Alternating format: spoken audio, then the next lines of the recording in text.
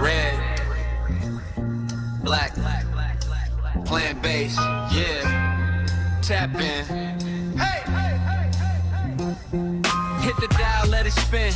Road tripping, vegans check in. Stories from the highway, cooler in the back. Snacks in the front seat, maps on the dash. The hip-hop vegan drop gems in the flow. Bars about books, about blocks, about growth. Culture on the plate, culture in the mind. Serving up the truth, one rhyme at a time. Yeah. Red, black, and vegan on a Sunday. Turn it up, let the whole fam run play. 11 to 1, that's the one way. Straight to your heart, this the brunch way. Red, black, and vegan on a Sunday. Talk that love, talk that justice in a fun play. Pull up to the table, don't be late. Red, black, and vegan on a Sunday. Curly vegan with the curls so free. Laugh so loud, you can feel that peace. Recipes, remedies, roots in the soil. Self-love shimmering like hot water boil. Callings from the city, from the countryside. Talking about the kids, about the elders' pride. Red in the heart, black in the soul. Vegan in the kitchen, that's how we roll. Hey! Red, black, and vegan on a Sunday. Turn it up, let the whole fam run play. 11 to 1, that's the one way. Straight to your heart, just the brunch way.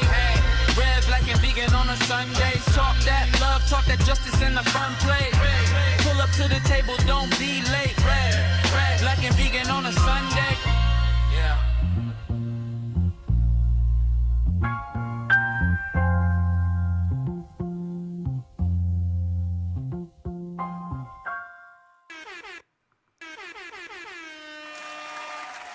Good morning. Good morning.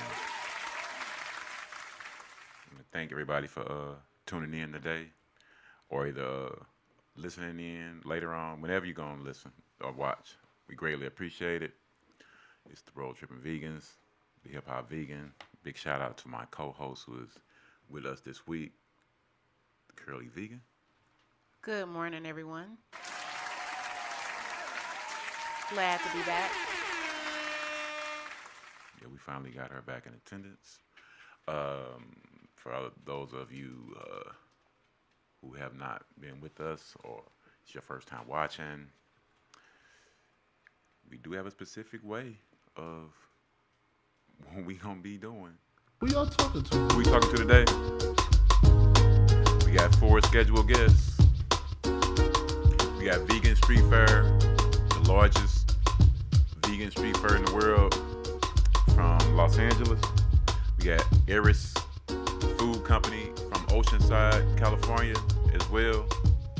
The Leaf and Luggage Company from Chicago, Illinois. And our first scheduled guest is a returning guest, Redbird Vegan from here in St. Louis. We're waiting on them to show up. But until then, we do have a couple of things that we need to go over and discuss. So, without further ado, we're gonna get to the program. Big shout out to a guest we had on our last show, Queen Naija, and she was speaking about going to the biggest Veg Fest. Yeah, in New York. Black Veg Fest was this weekend in New York. And unfortunately, somebody didn't get to go. That's why we're here having today's show. But that's great. It's no problem. But if anybody who actually went to the festival would like to give us some feedback, please give us a phone call or email, text message, video. But you can give us a call for the show at 515-599-1687, 515-599-1687. And with that being said, we have recently come up with our own, quote-unquote, a transitional guide, a guide for helping people transition to becoming plant-based. And I'm going to let my co-host take over from here and explain the Red, Black, and Vegan transitional guide for plant-based eating and living. All right, so if you're someone that's vegan curious, or you're just wanting resources to help your journey of switching over to veganism. There are a couple of nonprofit organizations. We have Vegan Outreach. They have a 10-week guide to becoming vegan. So with this 10-week, they have a step-by-step program with weekly guidance, recipes, nutritional information, and support. Then you have the Vegan Society. You have Vegan on a Budget, helpful for learning the basics and finding practical information about vegan living. Then you have Challenge 22. Challenge 22 is a free 22-day program with recipe support and access to mentors and dietitians. If you want to focus more on nutrition and health, we have Vegan Health, a science-focused resource covering vegan nutrition and supplements. Then you have nutritionfacts.org, which is one of my favorite, with Dr. Michael Greger, evidence-based resource on nutrition and plant-based eating. Also with nutritionfacts.org, you can sign up for their weekly newspaper, so they'll email it every week, and it has tons of information. I've actually subscribed to this website probably like 5 years ago, so for the last 5 years, I get helpful tips on veganism. And like I said, it's science-based. So if you're a nerd like me and you want to break down everything focused on vegan eating, this is a great resource as well. Then we have the Vegan Society. This is a good starting point for understanding nutrients like vitamin B12, iron, calcium, iodine, and omega-3. And also for those that like to cook like me, and you're wanting to make sure you have those meals that, comfort foods, because sometimes when you go vegans, you feel like you're going to miss out on giving up good food. So Forks Over Knives started off as a documentary, but they also have a website, and this is good for recipes and meal inspiration. One of my favorites, the Minimalist Baker. Lots of simple recipes, including many vegan options. For the Minimalist Baker, I've actually followed her for about 10 years. And most of her recipes include 10 or less ingredients. So you don't spend a lot of time in the kitchen. A lot of times I think people shy away from transitioning over to veganism because they think they're going to be spending a lot of time in the kitchen. These meals on the Minimalist Baker's website, like I said, 10 or less ingredients, and I could tell you myself, I've made at least 50% of the recipes that she posts on this website, and I'm in the kitchen 30 minutes or less. So it does not take a long time. So that's where you got them recipes from. Yeah, and I actually, she uploaded one of my recipes I sent to her. Oh, which one would that be? It was a General Tso tofu. Oh, not recipe. General Tosos. Not General Tso, no. And she gave me a shout out too, so kind of a small celebrity on her website. Also, Rainbow Plant Food is another good resource, excellent for flavorful vegan recipes, especially for people who don't want to give up that comfort food. And then we have some practical tools like Happy Cow, useful for finding vegan and vegan-friendly restaurants besides us, right? Right. And stores while traveling and eating. So I like how they said stores. So because sometimes with veganism, depending on your journey, some people are true vegans, meaning they don't wear any any animal products. They use like their toiletries are free of animal products. So really that's like true veganism. I tend to say I'm plant-based. I haven't made that transition over to being a true vegan because I do use some things that have animal products in it. As far as like clothing, I still wear leather shoes. Well, that purse is right there. And that purse is leather, so yes, but I'm aware. But on Happy Cow, they do have those good resources for stores. And then we have Carnivore, which is something new that I did not know existed, but it's a website of vegan friendly alcoholic beverages. So if you want to look for vegan wine or vegan beer or vegan spirits, this website will help you do that. And then as far as documentaries, The Game Changer is a really good documentary. I believe that is still on Netflix. And then, like I said, we have Forks Over Knives. Um, What I mean, I don't mean to interrupt you, but what was the first documentary that you ever watched for people who are watching, who are like vegan curious, like when you were vegan curious? Because we all pretty much basically start off as being vegan curious. What was the first documentary that you ever saw that caught your attention? Forks Over Knives. I watched that documentary um, maybe 13, 15 years ago, and the next day I went vegan. And then I read a book called Skinny Bitch. Um, and this all happened around the same time. Uh, the title is very catchy. It's a reason why, but it's not what you think it is. It's a very informative as far as that science that I just mentioned, recipes, why we have certain diseases, why our body is why most of the Americans in America today are inflamed. So Skinny Bitch is a really good resource as well. There was another one I watched about a guy that was juicing. Oh my gosh, and I can't remember the name. I have to look it up, but I'll find it before the end of the show. But he started juicing and he went around to different parts of the nation, teaching people how to juice. He actually would do it outside of his car. And it became a challenge. And I believe he juiced for like 30 days or 60 days. He lost a lot of weight. And then he transitioned into veganism after he introduced food back into his diet. So I'll find the name of that.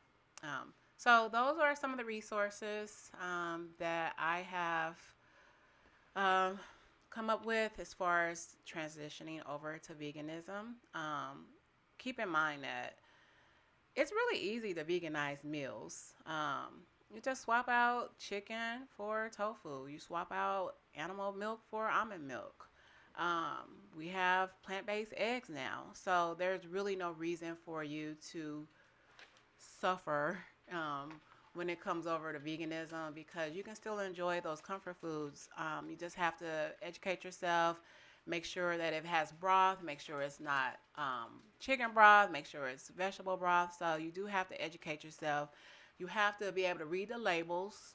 Most labels will say contains milk or egg, so it'll tell you right there, so you know not to purchase those type of things. But learn how to read your labels. Now, listening to what you're saying now and what I already know personally, but for people who don't know,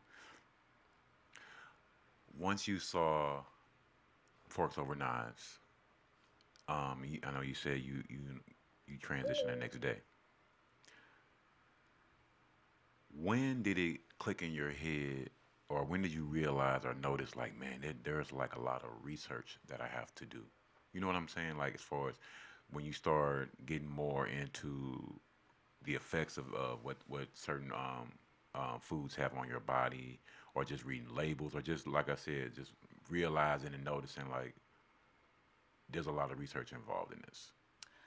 I think for me, when I first became vegan, I didn't do a lot of processed foods. So when I did start um, eating processed foods, that's when I learned I had to read the labels. Because honestly, when I transitioned over, I was eating a lot of fruits, vegetables, nuts, seeds, beans, rice. So you really don't have to read the labels with those Hmm. type of foods. But when I started looking for like the vegan burgers, like the plant-based meat substitutes, that's when I had to educate myself to read the labels. Salad dressing. If I wasn't making my own salad dressing, I had to make sure I was like anchovy. People don't realize that's fish. So um, I think it's when you start purchasing the processed foods, or and you're in a grocery store and you go down those middle aisles. They say when you shop, you should shop on the outside, right? But if you have to buy your own salad dressing, just make sure that you get a salad dressing that does not have any egg, any milk, any anchovies. So for me, that was a game changer. And I like to know what I'm eating. Yeah, because I kind of, I've had, excuse me, let me get your take on this. Because when you have conversations with different coworkers or associates, whatever they may be, and when you mention, I think they get misconstrued when they hear the word doing research. Mm, I think they think that we walking around with lab jackets on mm-hmm, and stuff like that. It's just like no, what you're saying is just you just knowing, you just wanting to know what's going in your body, mm-hmm, and it's like what I had to realize, what I learned in regards to what we're speaking about in regards to reading labels. When you're in a grocery store, for anyone who's watching, it doesn't take much time at all to turn something over and read the label. It's not hard. It's really not hard.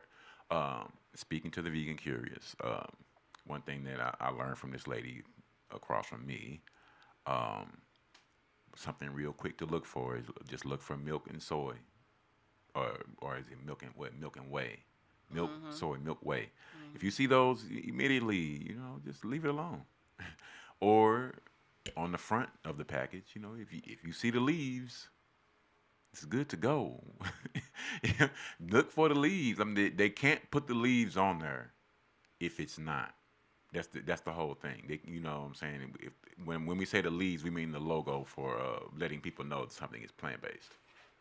When that logo is on the packaging, you're 100% sure it's no problem.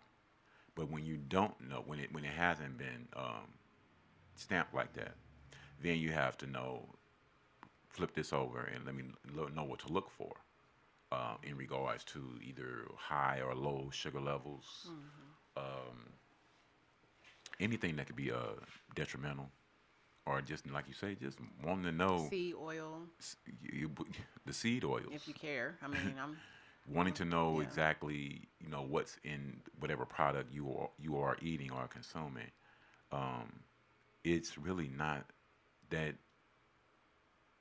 what's the word? Time Time consuming, consuming. Mm-hmm. or it's nothing like that. It's not hard at all to just turn something over and see what is this. Let me give people an example, and I've used this many times with different people, and I learned this long before I became plant based. Picture yourself in a completely dark room, and you are eating a bowl of spaghetti, and you are Lord. really loving this spaghetti. And when someone turns the light on, you figure out that you're eating a bowl of worms. Oh my goodness. So, do you get upset because somebody turned the light on, or do you get upset because somebody was feeding you a bowl of worms? Naturally, Bill, you would think that most people would get upset because somebody was feeding them a bowl of worms. That's what you should be upset about, because it's a metaphor. You're being lied to. So, when the light gets turned on, that's the third eye opening up. So when the third eye sees the truth, when your mind knows the truth, you can't escape it. You can't go around it. So why would you continue eating those bowl of worms? Just saying. Learn something. That's what we're here for.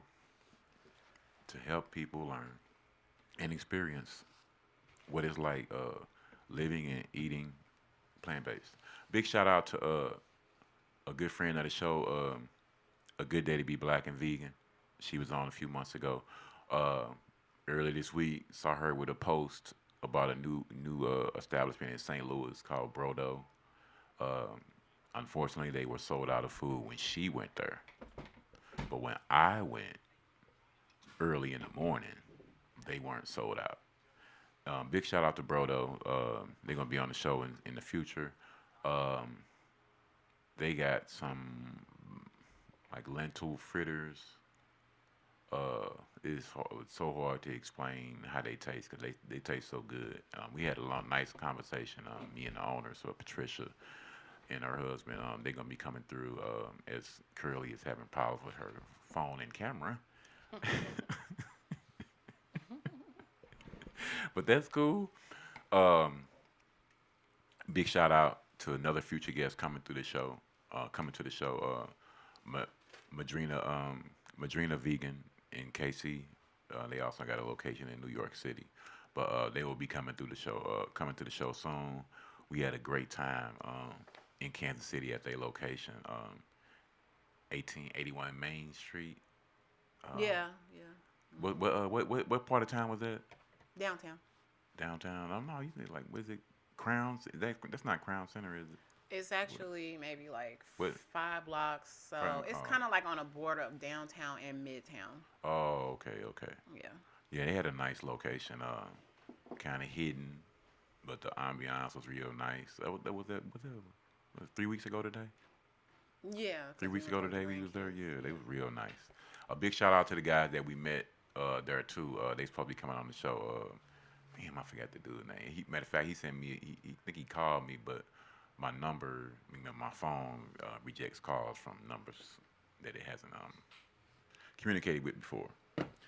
Uh, Also, a big shout out to Trippy Bacon. Bumped into one of the owners one not too long ago. We was at Pizza Head, and we got to get by there and check out their new spot. It ain't too new now, but it is new. But we got to get by there and check them out. That's for real. A couple other things that's going on that we gonna be hopefully attending. Hopefully attending this Black Veg Fest in Atlanta. Hopefully, been cordially invited next month. Don't know if we're gonna be there though, but we trying to make it there. That's for real. What's that? September the 12th, something like that. If I got the date correct. But really trying to get down there and see my guy from Vegan Time. Vegan Time restaurant is in Stone Mountain. Vegan Time, big shout out to him because um, he's very smart. They're all alkaline, and he defines all the meals as far as their properties and what they can do for you. Um, Ever since I've came in contact with him, he's like research based, very research based. Cares about his food, cares about his customers, and you can tell that a lot.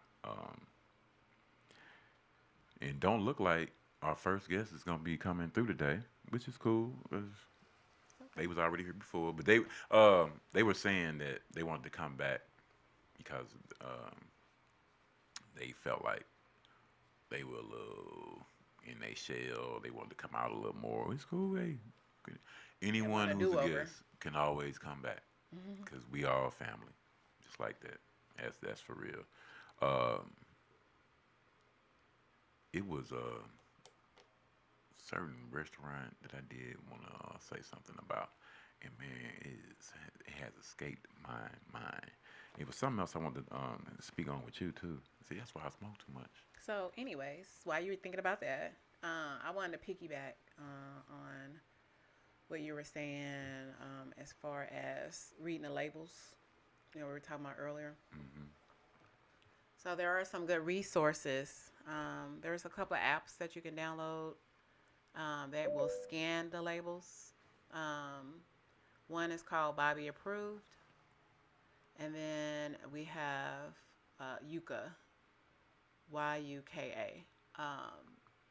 With Yuka, you can scan food and cosmetics um, to make sure that these are vegan. So these are two great resources that you can download on your phone.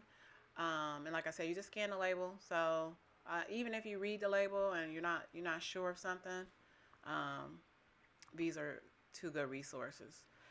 My rule of thumb is if you can't pronounce it, you probably shouldn't be eating it. So if you can't pronounce an ingredient, you shouldn't be eating it. That's my rule of thumb, and it's helped me out so far. So while we are waiting, If you can't pronounce it, you shouldn't be eating. no, you shouldn't. I, Or if I it has couldn't. too many letters, like if it's like a 12-letter word, then I thought I heard this. I thought I heard the sound, but I don't see nobody. okay. Well, I have a plan if we don't have anybody showing up. Yeah, go ahead. So you being uh the host, Big shout out to Vegan in Portland. We need y'all on the show. you being the host, you've probably never been interviewed yourself, huh? Because you're Uh, always doing the interviewing. Actually, I have been. When? It was on one of these episodes, and you weren't here. I Oh. was.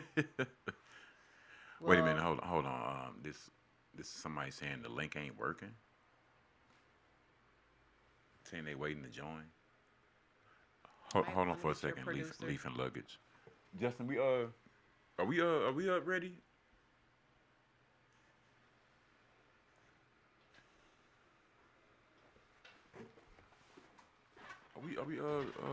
We Google ready?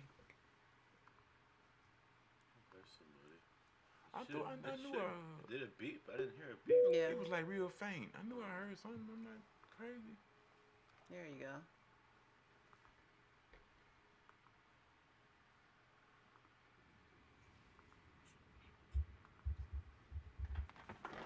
Thank you so much.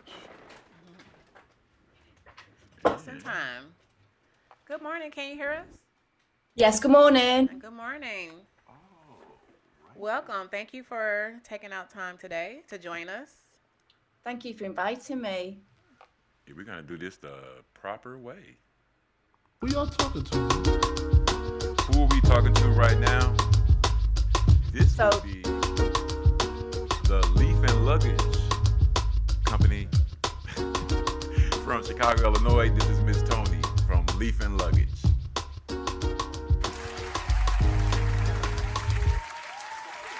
Good morning. And how are you doing today? Sorry? I said, how are you doing today? Oh, I'm not too bad, thank you. How are you both doing? We're doing great. Good. And tell the people your name and where you're from. So my name's Tony. I live in Chicago, but I'm actually from the UK. I'm from England. Moved to Chicago about 4 years ago. Oh man, that's Oh, you're in the Midwest. yeah, that's a big that's that's a huge difference. Oh, I have all kind of questions. I mean, about- we're gonna say it's not too huge of a difference. It's two international cities. Put it like that. Yeah. What part in the UK? You said London? So did you say where am I from in the UK? Oh, okay, yes. Yeah, so I'm from England, but I grew up in the northwest of England in a town called Runcorn in Cheshire, so it's near Liverpool. Okay, so you got a big Liverpool fan. No. No, Okay, it's, what's your favorite Manchester- team on the pitch? Manchester United. Oh man, you okay? Yeah. All right. Now, how long have you been? Now, do you prefer the term vegan or plant-based? So I'm vegan. I've been vegan probably only for about 4 months now. I turned vegetarian in 2019, Okay. and I actually gave up red meat when I was about 16. So back in 1992 now. So that's showing my age. But It's okay. You're amongst yeah. friends. Yeah. You're slightly We're probably younger. all in that same age yeah, group. Yeah, you're Oh, a little younger okay. than us. You're slightly younger than us. So, what would you say would in your estimate, what is the vegan scene like in Chicago? I think it's getting a lot better. So when I've noticed there's a lot more choice compared to when I first moved here 4 years ago. I've noticed, being vegan at home, I find it really easy to cook vegan and plant-based food. I do sometimes find it a little bit of a struggle because obviously there's a lot of steakhouses in Chicago. Right. So I do find it a little bit of a struggle sometimes finding vegan options. But with research and before you go somewhere, it's not that bad. It is getting easier. Now, can you explain a difference between the vegan scene in Chicago and the vegan scene back home? So I find it. So before I left the UK, there was a lot of vegan and plant-based food choices. Some of it not so healthy. So there's a bakery in the UK called Greg's, and they do amazing vegan sausage rolls. But I know they're not that great for you. Yeah. Whereas you can't really, obviously, they haven't got vegan sausage rolls here, as far as I'm aware. So there's a lot more choice in the UK, but I do think, like I say, Chicago is it's getting easier. Right. Um, So did that facilitate the start or the beginning of the leaf and luggage? yeah, so I like to travel. Me and my husband travel, and I found it quite difficult when we travel to, not always, obviously New York cities, it's got loads of options, but some places like we went to Japan, and it's not as easy to find. You can't just walk in somewhere and be spontaneous, Hmm. because they don't always have plant-based options, let alone vegan options. So I created the channel to hopefully help other people when they go traveling to save doing all the research. I'm hoping that through my channel I can do the research for people so they can then go somewhere and find it easier to eat vegan and plant-based food. We understand Is your completely. is your husband vegan as well? Sorry. Is your husband vegan as well? No, no. Okay. I mean, at home he is, because we only eat vegan and plant-based food at home. And Okay. if we go somewhere, so we went to Vegas the other week and we went to the Modern Vegan, he does come with me. He's very, very supportive. He's really Yes. supportive. And he'll eat vegan food and plant-based food. Mhm. And we went to a veggie fest yesterday in, I think it's called Lisle in Illinois, near Naperville. Mhm. Um, and we had vegan food there, and yes, he's really supportive. But no, he's not vegan now. Okay. What stood out to you at the fair yesterday? What restaurant or what food item stood out to you or stood out to your husband? Let's find out what stood out to him. Yeah, so yesterday at the Veggie Fest, I love Indian food and Chinese food and curries and lentils. So I had masala dosa, Hmm. which was really nice. And my husband went for the Caribbean chicken and rice, but obviously it was tofu. Right. Mhm. It was really nice. It's a really good event. Now, Tony, we gotta ask you, especially since going off your last comment, we need you to look directly in the camera and let the people know where you get your protein from. Because we know as being plant-based and vegan, we get tired of being asked that question. Okay, so tofu. I have vegan protein powder. I Mhm. love lentils. So lentils, beans, grains, quinoa. I eat a lot of seeds, so flax seeds, chia seeds, hemp seeds. I have oats for my breakfast with fruit and seeds, and um, but yeah, mainly probably tofu, protein powder, lentils, quinoa. Um, You got a lot of sources. yeah, yeah. You make sure you get your protein in. Yes. Say that um, again. Sorry. Now, how has your family response been to you transitioning over to being vegan? Um, so they've been great. So I actually became vegetarian first of all when I was 11. Oh, good for you. Yeah, and obviously we didn't have the internet back then, or anything like we have now. And I went into a food shop, like a food. I suppose it was a food. Yeah, she had a food shop, and the owner in there told me that I needed to eat meat for my muscles. And being 11, I didn't know any different, so I listened to her and I believed her, unfortunately. But my family was always supportive. So if they were having, so my family wasn't vegetarian or vegan. So if they were having, like in the UK, we have a Sunday roast. So if they were having meat, I would just have the vegetables with maybe a cheese sauce. Hmm. Um, and How then hard? obviously after speaking to this lady, I I, thought, oh, I needed to eat meat. So that's when I then started eating meat again. And as I got older, I obviously realised that that wasn't the case. So yeah, how but my family's very supportive. Good. I mean, I'm sorry, I didn't mean to interrupt you. I'm sorry. How hard was that as an 11-year-old when you like when you're at school or around your friends or you go over your friends' homes?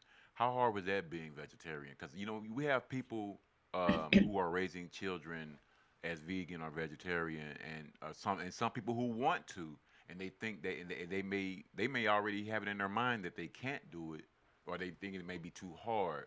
But since you have actual personal experience, can you speak to us and other people about how that was as a child? It was difficult back then because we didn't have the options that we have now. But I found that we ate a lot of vegetables, a lot of salad.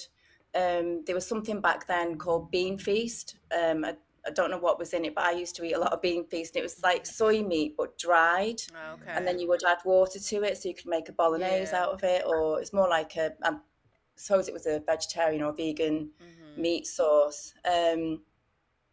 But most of my friends were, excuse me, were supportive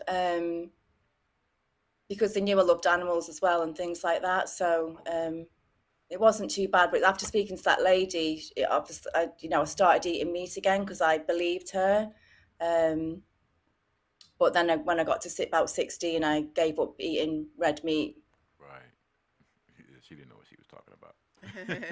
Yeah. Now, what would you say would be your favorite vegan dish to eat and your favorite vegan dish to cook? Or what does your husband, uh, what's the word I'm looking for? Request. What does he request from you? He's happy with anything that I make. But for me, I love rice and mushrooms. I don't know why they're my two favourite things to eat. But I do like to make curries. I recently bought a new rice cooker. It's really simple. You just click it down to cook, and then it clicks back to warm. It's not fancy or anything, and I find that amazing. So you can also cook like beans in there, I cook lentils in there. So I make dal, like an Indian dish of dal, um, and yeah, so probably curries, dal, and anything with mushrooms in it or rice. Mm. I saw something a long time ago about a rice cooker. This is like a sidebar, but this person said that y'all can verify this because she cooks a lot as well. This person said if you put pancake mix in a rice cooker, it Mhm. will fluff up to like it's a cake. Oh wow! Um, I think that's regular cake mix. No, this was pancake mix. Oh, okay. This was pancake mix, and it fluffed up like it was a cake. Oh, I'm okay. thinking, do y'all, since you two are the certified cookers in this conversation?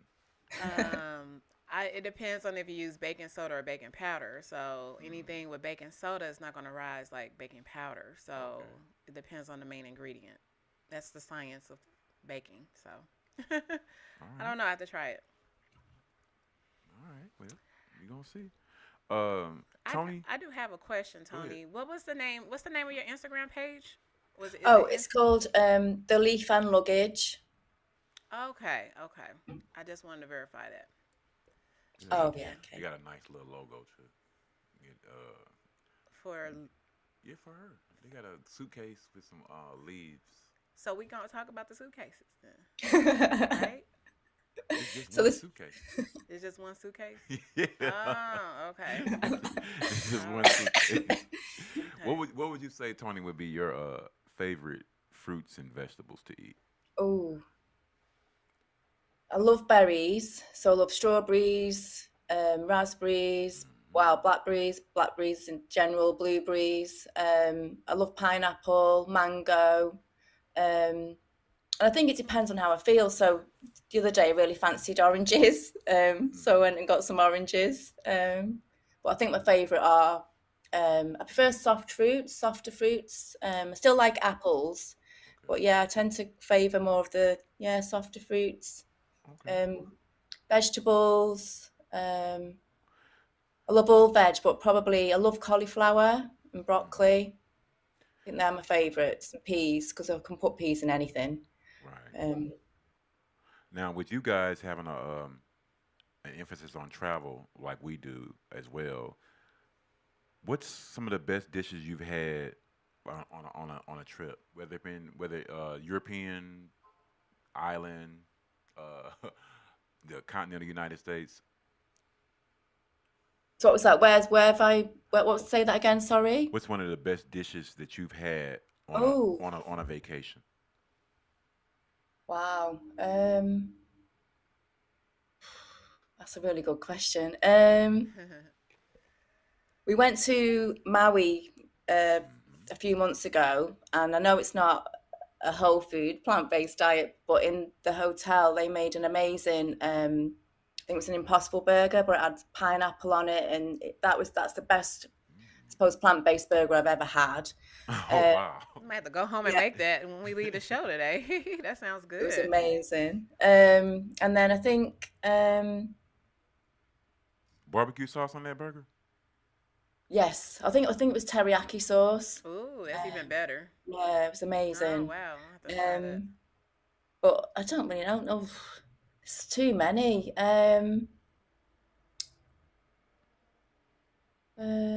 I suppose, I mean, there was vegan restaurants in Japan that we went to. There's one called Mer, which was organic. That's MER. They did amazing food, but there was loads of little places in Japan that were really nice. There was one called Marlborough Vegan, which was a bakery, and they did sandwiches and cakes. And then we went to Thailand, and we went to a place called, I don't know if I say this right, but Veganery. Um, and they did amazing Sundays. I never thought I'd be able to have a Sunday again, but because it was all vegan, it was just so nice. What was on the Sunday? Um, yeah, it was amazing. I mean, was it like chocolate, whipped cream? What was on the Sunday? Yeah, it was chocolate with strawberries, like a chocolate sauce. It was, I think, vegan ice cream in there. It was just, yeah, it was gorgeous. It was so nice. And this is in Thailand. Yeah, it was in Hmm. Bangkok. We stayed. Yeah. Did you take a picture of it? Is it on your Instagram page? Yeah, it's on the I don't know if it's on the shorts. I think it's on the shorts, but also the long form video of when we did the trip to Thailand. I'll have to check Now, that out. now, when you guys travel, do you prefer bigger or smaller cities, or what do you kind of look for? You looking for things that somewhere you haven't been before? What are you looking for? Um, oh, we tend to go to a lot of cities. I mean, I love New York. I love Chicago, but I love New York City. But I also love going to like a beach place like Hawaii. I love Hawaii. It's just so nice there. Um, but I think it just depends really. So yeah, I think I love city breaks, but I also love having a beach holiday. Mm-hmm. I understand that one. I understand that completely. Um, now, what kind of questions do people have for you as far as being vegan or vegetarian? The main thing I get asked is, "What about your B12?" And Yes. I always have the same answer. It's absolutely fine. I get checked every year by the doctor. They do all my blood work, and it's always Mm-hmm. fine. Mm-hmm. Um, so, but yeah, that's the main one, like B12.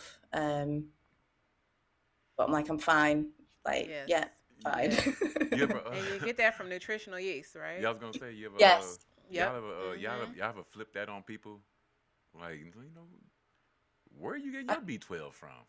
You know what I'm I saying? Why you worried haven't about actually. where I'm No, getting mine? Where I you getting should. your B12 from? Do you even know where you getting yours from? Why you so concerned with you know what I'm saying?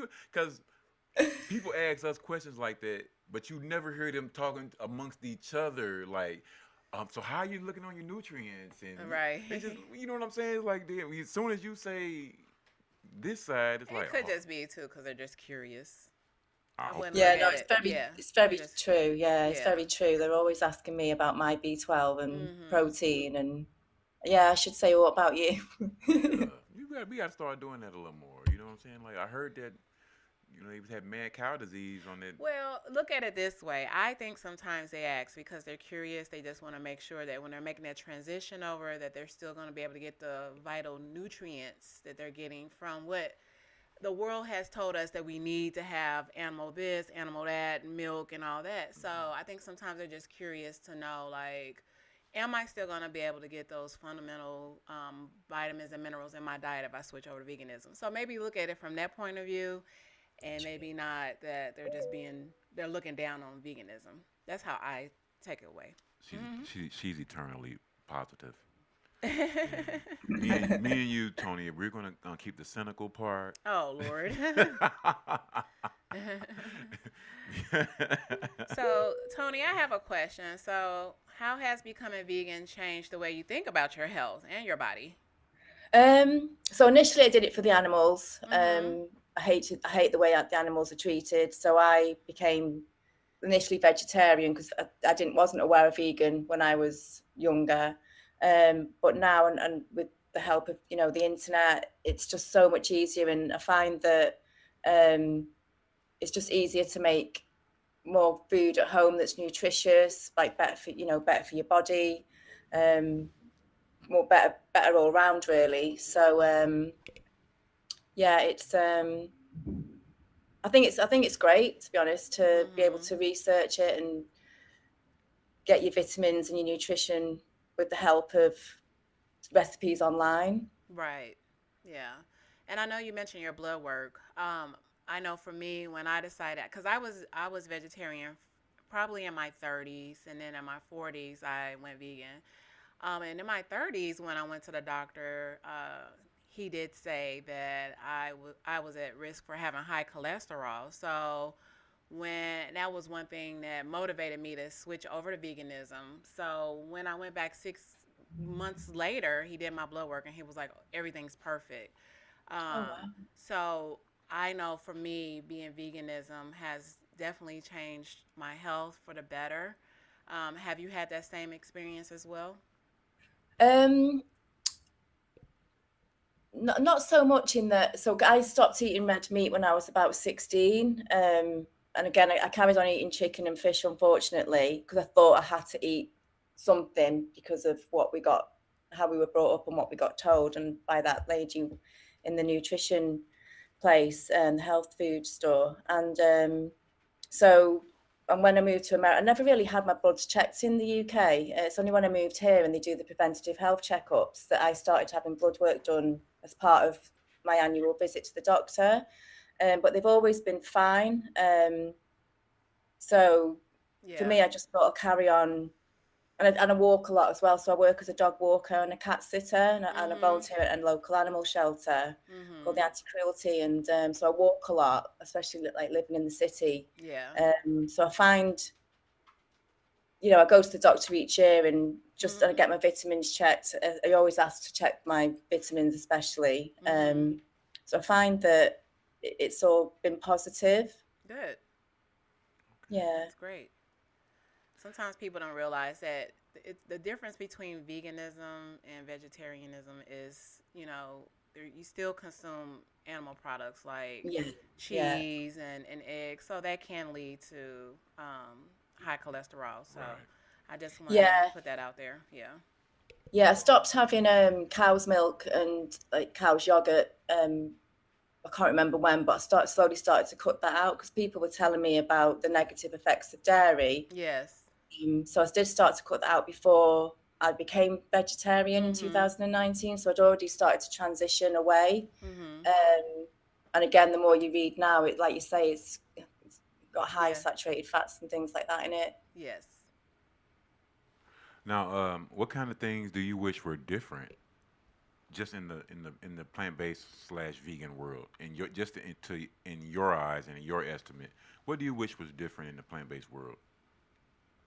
I'd love it if there was more choice, especially because you can't really be spontaneous. You have to look on. Well, I tend to look online first to see what's available at the restaurant, and then, if you go to a restaurant, I have to say, can you take the cheese off the salad? Because there's always a salad, but it's always got cheese on it. So I ask, can you take the cheese off, or eggs? I find there's cheese pretty much on everything.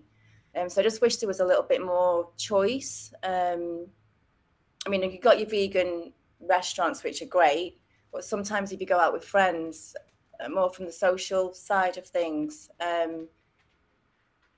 there's nobody else I know in Chicago that's vegan or even vegetarian. So when they're booking the restaurants, it's difficult to. So I tend to have the sides, like I'll ask for the sprouts, for example, but without any honey on. So I just wish there was more choice in everyday Well, places to eat. we can let you know. We got a few friends in the Chicago area. Check out Mike's Vegan Fudge. Mike Vegan Fudge. Mike's Vegan Fudge, Oh, and okay. his brother. He has a restaurant called Majani Vegan Cuisine, if I'm not mistaken. Majani. And everything at his restaurant is lentil based. So I just spell that. Sorry, M-A. Majani. But him and Mike are brothers. Oh, nice. Yeah, we've had quite a Thank few you. people from the Chicago area come on the show, and they're part of the Red, Black, and Vegan family, just as like you are now. Oh, thank you. Yeah, that's true. That's so true. We really do appreciate your platform and what you are trying to do. We've also gone along that same route as far as just trying to expose different places and things for people of the plant-based community in the plant-based world when you're going on different trips or wherever you may be, and to be able to find something plant-based to eat. As a matter of fact, um, if she comes down, what's that, 57, and what's I don't know what town that is, where Naf Naf is at. Naf Yeah. Naf is like it's in the middle of in the It's middle in of a gas nowhere in station. Illinois. Yeah. There is a Mediterranean restaurant called Naf Naf, and they have great vegan vegan and vegetarian options. Uh, Literally in the middle of nowhere, right where 57 stops to connect with what is that, 64? Yeah, yeah, or 50. Naf Okay, thank you. Naf. Oh, matter of fact, it's not too far from the border of Illinois and Indiana. It's Oh, not too okay, far from thank you. Yeah, Effingham. that's true. It's not too far from Effingham. That's what it is. Is it Green Up? Green Up, Green Green Up, Up, Illinois. Illinois. Green Up, Illinois. Greenup. The only thing in Green Up is Naf Naf. But Okay, but thank it's like you. in the middle of nowhere. It's like who But decided to it's put it? worth the Yeah, it's drive. worth the drive. Yeah. Yeah, it really Oh, is. lovely. Or if you're on a trip and you're looking for somewhere to stop and grab something vegetarian or vegan, Naf Naf is a godsend. Oh, Yes. that's Godsend. great. Thank you. I've made a note of that. Thank Right. you. And that's pretty much, how we go about doing things is helping people out, whether you're doing the same thing as us or not, because it's all about, being inclusive as far as we're concerned. We don't have a problem with helping somebody who's doing the same kind of thing that we're doing, because we know, just like you, what it's like when you're trying to go somewhere and you have to veganize a menu or Or bring your own food. bring your own food. I've had Yeah. to do that sometimes. Yeah. Right. But yeah, we want to truly thank you for coming by today. Now you can actually, if you want to, if you want to hang out, our next guest is actually waiting. Um, they've been instructed to go ahead and mute themselves while we finish up with you guys. But if you want to stay along and converse or network, that's fine. If not, um, we do truly thank you for coming by today. The Leaf and Luggage Company from Chicago, Illinois, and their sole purpose is to make sure when you are anywhere in the continent of the United States or worldwide, they are going to be trying to make sure, just like we do here, that you can find yourself a nice plant-based option to eat at. Um, Tony and her husband are working diligently. They have a new page, a new platform, and they are really trying to get the word out about plant-based eating worldwide, not just in Chicago and in the UK. Oh, thank you so much for inviting me. It's been great. Thank you. It's very nice to meet you both. It was lovely Nice to getting a meet you chance to too. meet you, Tony. Thanks for coming through. Remember, you can always come back with no problem. Thank you. All right, and we're going to be bringing in our next guest. which is Eris Food Company from Oceanside, California.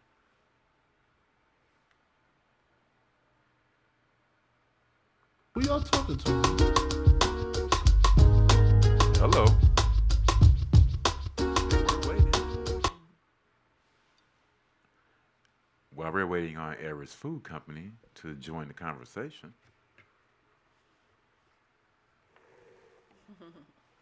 Oh, there we go. Ah, there we go. All right. There we go. What's up, guys? Thank you so Hi. much. And Good morning or afternoon, depending on where you're at. good morning. They were in Oceanside, California. Oh, yeah, still morning there. Good morning. Yes, sir. Good morning. Good morning, Al. And let the people know your name and where you're from. Cool. My name is Scott Steele. I'm from California, Northern California originally, and now I'm in Southern California. Northern California. What city? I started in the Bay as a little kid, and then moved all the way across. So I was in like Tahoe, a little time in Reno, Carson City, Sacramento. I moved down here about 17 years ago. Oh man, you really do love Northern California. Okay. Now, how long have you been vegan? Let's see, 2008, the end of 2008, winter 2008. So whatever that is. Okay. Now, is that your store behind you?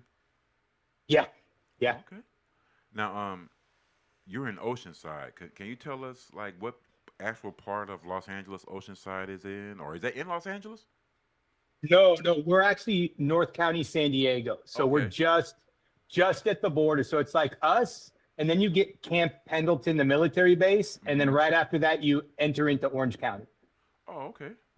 Oh man, that's nice. That is really nice. So you're right, like right in the middle. One of my bucket lists, one of my bucket list things is to actually sit in that traffic where you cross over the border from San Diego to Tijuana. I've seen it so many times on TV, and I just really, literally, just that's the only traffic jam I want to sit in my whole life. That's for real. Because I've seen it too many times. I'm like, I gotta see it. Just don't get arrested. But what would you say the vegan scene is like in Oceanside? Well, Oceanside's rad. I mean, we're not a very big town, and really we have 4 or 5 vegan options here, and it's very diverse. There's a lot of talented chefs here. So I dig it. I mean, I think it's better than anything between us and San Diego. There's not all the other towns that during the vegan craze were packed full of vegan restaurants. They've all closed. Oh, So wow. there's real limited options everywhere between us and San Diego, to be honest. Now, how long have you been in business? This store I opened in 21, so almost 6 years. Okay. Well, congratulations. Yes, sir. Thanks. That deserves a big Thanks. congratulations. Because, like you said, we've been experiencing it here in St. Louis. We've been seeing it nationwide, as far as these restaurants closing down. And if anyone has found a way to stay sustainable and stay open, big shout out to you. Big shout out to you. So you must be doing something right. Either something tastes good, or something is going I'm right. tenacious. Right. I'm tenacious. So we run a really small crew. It's just like me and 3 guys. Okay. And labor is a big thing. Overhead in restaurants, and I've been cooking in some restaurant or another since I was 13, getting paid under the table. And I saw a lot of financial crises, and I saw a lot of times where you had to be very thrifty and very clever in how you operate. And it's a challenge for vegan operators because a lot of them got into the game not having prior restaurant experience and not knowing how to weather those times. And so that can be a real challenge because it's a complete art in and of itself, is surviving, the war of attrition, if you will. Now, with that being said, why did you choose vegan cooking? Well, get into? I was already a chef and I love it, but then I became a vegan. So there wasn't a lot of options. Either I quit being a chef or, Right. Now, with you being a chef, what's your favorite dish to prepare and your favorite dish to eat? Oh, that's whatever the next thing is that I'm working on. So I don't, I love everything, but I get really obsessive whenever I'm creating my next thing, and that's all I can think about. And I'm tasting it in my mind, and I'm not really interested in anything else until I get there. So, And I was just about to ask you, how does your test kitchen work? So you mentally you see it, you visualize it, or is it something that you yeah, may? yeah, yeah. Okay. Yeah, a lot of times, like, I mean, for me, for example, like I'm really into meditation, and a lot of my concepts come right at the end of a meditation. Um, so then I start kind of building it, and then I kind of, I don't know, I start to, it just starts to come alive. I mean, I can literally taste the dish in my head before we ever build it, and all the little components and everything like that. And finally, it's like ready. I feel ready to give birth. And then I start putting it together, and we see how it works. I don't know. It's a thing. Scott, you seem like a perfectionist. So how do you deal with when you have that taste profile in your head, and when you make it though, and it doesn't taste 100% like you thought it would taste? Well, that's happened once this year, and I was working on quiche, vegan quiche, and I was really unhappy with it, and I just quietly let it go away very fast. That's it. Everything else, I've been really lucky. It kind of tasted exactly like I thought, and Now, I don't know what. can you give us some examples of some of the menu items at your restaurant? Sure. Well, we do all kinds of stuff. Like I'm really into street food. I'm into huge, monstrous portions. I like to make sure everybody gets fed, because I think it's one of the big issues in the Yes. vegan world. Portions Prices so are high, small. portions are small, calories Yep. are small, and that means if you're lower or middle class, you don't have access. Um, you can't sustainably go to a vegan restaurant every day if you need to purchase 2 entrees just to get fed. So it's big portions, and it's all things that I think of as everyday food. So burgers, pizzas, gyros, tacos. I'm really hyper focused on like the super burrito right now. So I'm doing a run of 6 different burritos, pizza, all the types of things that like you could find some family running a shop by themselves in some city, selling it to a bunch of other people who have very little money. Those are the types of Yes. dishes I like to make. I love it. And you have gyros. I haven't had one of those since I became vegan. So Right? I, Right? I think that's Well, worth the trip right there. Nice. there you go. There you And go. I was noticing in doing the promotional video all the different burritos that you guys Yeah. are offering, That's my thing right now. Yeah.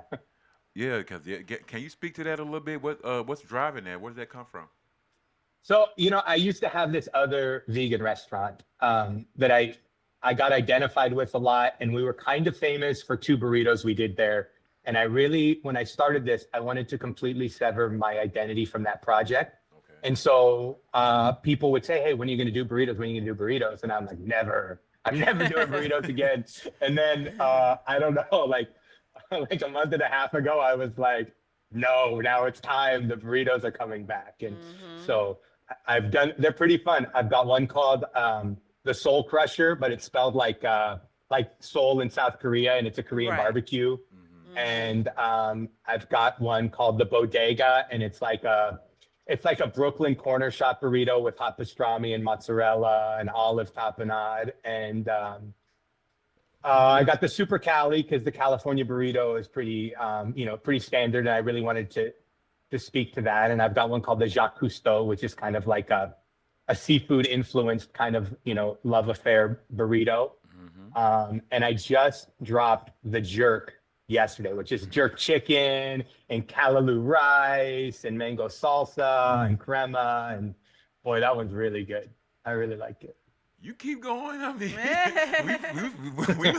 we was over here having with mouth gasms, ear gasms. Yeah, all that's kinds what I'm of saying. stuff. We You said gonna- everything you We're said gonna was have sounding to good. get on a plane and come see you. That sounds so good. That's Yeah, you amazing. gotta come. You gotta come. Before we do go any further, though, we do need you to look into the camera and let the people know where you get your protein from. Oh, me, I eat a lot of seitan. I eat a lot of seitan. I eat a lot of TVP. We're really dense in protein for the restaurant, so I focus on making my meats and cheeses and everything from scratch. I think we're doing like 23 different meats right now, or chicken, and things like that. And they're super protein dense. And that's how I like to eat. I mean, I go to the gym every day. I like to swim every day. And I think it's important that people get fed, you know, your spirituality and your moral compass are one thing, but your biology is something else. And if people aren't given the building blocks of life, then they will turn away from veganism. Have you Thank had you your so TVP much. today? Right. Matter of fact, no, we're gonna stop for a second, and we're gonna go back a few words because I want him to say this very slowly and into the camera. How many different meats was that again? Because I know the exact number. I think it's 23 right now. 23 different for the people. Because I have some vegan friendly friends and coworkers, and we try to let them know, like, you know, there's many different meat options, you know, or vegan meat options, we should say. Yes. But to know that you got 23 different over there, yeah, you're doing your thing. You're really doing your Not thing. missing no meals over there.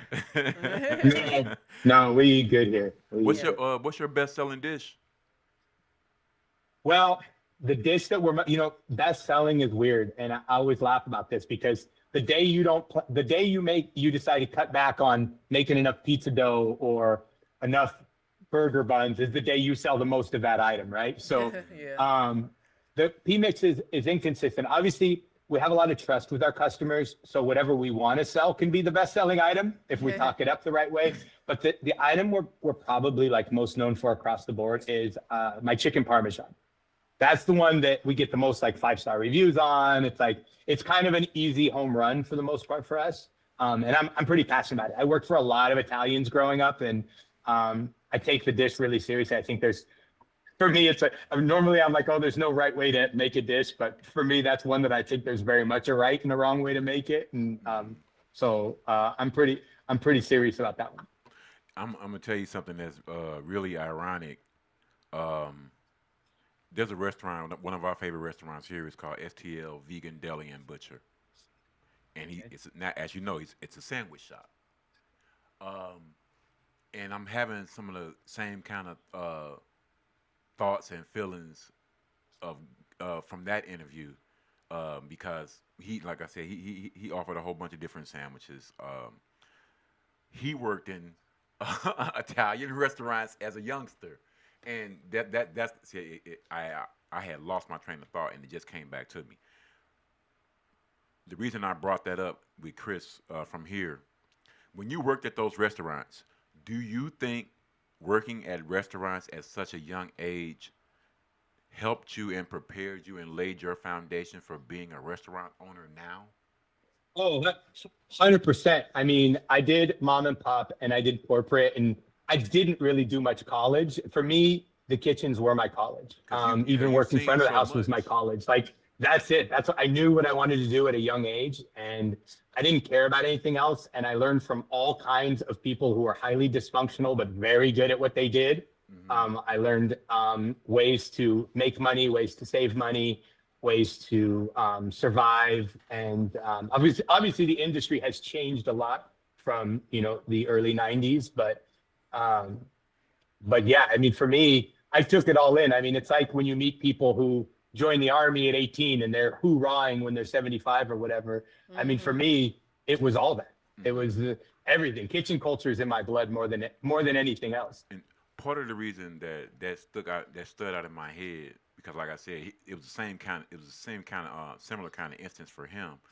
But with you being a restaurant owner now, and you've seen everything from the inside, so you actually have a different take on it. Like when you get to that intersection of cutting corners and quality, you know what I'm saying? Like how some people, you've seen yourself working in restaurants, how people can cut corners. But with you being a restaurant owner now, you understand what I'm saying? Like, how do you navigate that when you get to that point where it's like? I'll tell you, this is the thing, is that, like I said, it's me and 3 guys. So I get here in the morning. I don't have a prep team. I make all my own ingredients. I'm the prep team. And then at 11, when we open the doors, I'm the counter person every day.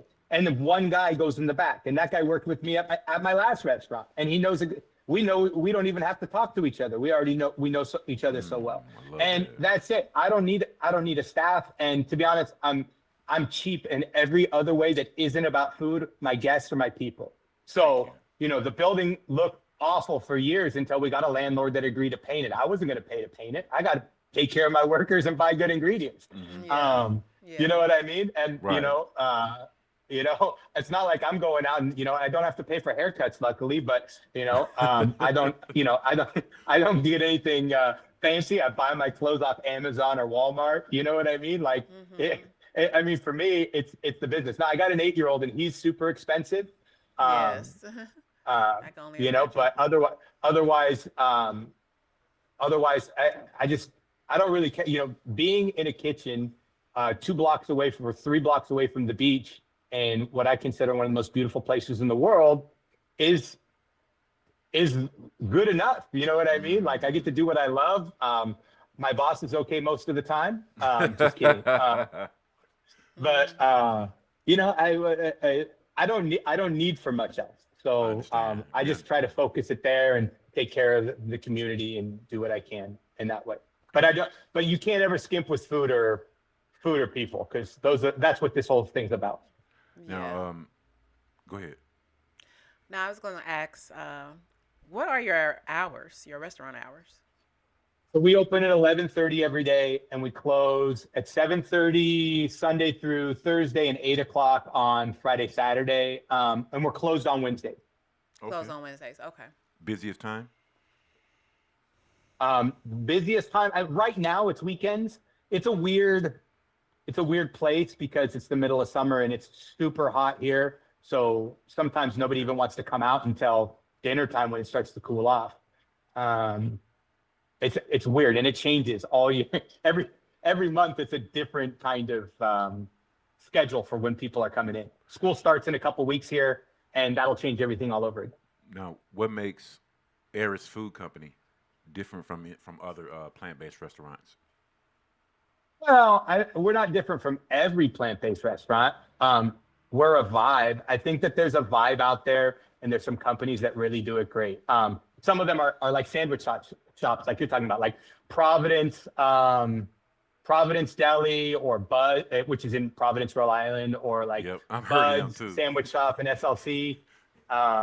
Big shout out to them. We're big on lower middle class, massive portions, kind of the places that I think of that I grew up with, like a family corner shop. We're big on that. Feeding people so that they go home with a doggy bag and just having kind of a fun time. I don't want to take it too seriously. Okay, I like to hear that. You're old school. You said doggy bag. Haven't heard that in a long time. That's great. I was gonna say, if you got a couple minutes, can you pan that camera out and let us see the ambiance of the restaurant? Oh yeah, you guys want to catch the vibe? I'm a big Bowie fan, so we've got a lot of Bowie stuff around here. But so hold on, let's see. Hold on. There you go. There's a lot of art. Some of it's local artists. Some of it's just classic art. Some of it's stuff my wife won't let me hang up at the house. Nice. There is a vibe. There is a vibe. Yeah. There we go. This is beautiful. A lot of skateboard stuff. Like, this is a big skateboard mecca, and surf mecca. This surfboard up here. That's a Gary Linden surfboard. He's my neighbor, and he was like one of the most famous big wave surfers in the world, and he's a great board shaper. So got that. There's a mixed Fanny. He's a famous surfer. Cool. Man, Very all right, nice. there we go. So you guys see that? I'll this show you my place is kitchen real beautiful. fast. You guys can just look back here. I'll say, did you see any board games? I saw that chessboard. Nice kitchen. Oh, that's beautiful. This speaks to you a lot. This speaks to you a lot. This speaks to your character a lot. I've already realized and noticed, you're a very loyal person. You value loyalty a lot. You can tell. Your restaurant is beautiful. Just the decorations. That's nice. The whole idea of like you said, of it being a laid back beach vibe, skate vibe, all of the art. and as someone who's worked in a restaurant myself, it takes a lot of courage and Sacrifice. sacrifice. What I mean is, you have to really be confident in your business and yourself to take people in your kitchen, whether the kitchen is open or closed. There are a lot of places they won't let you see their kitchen at all.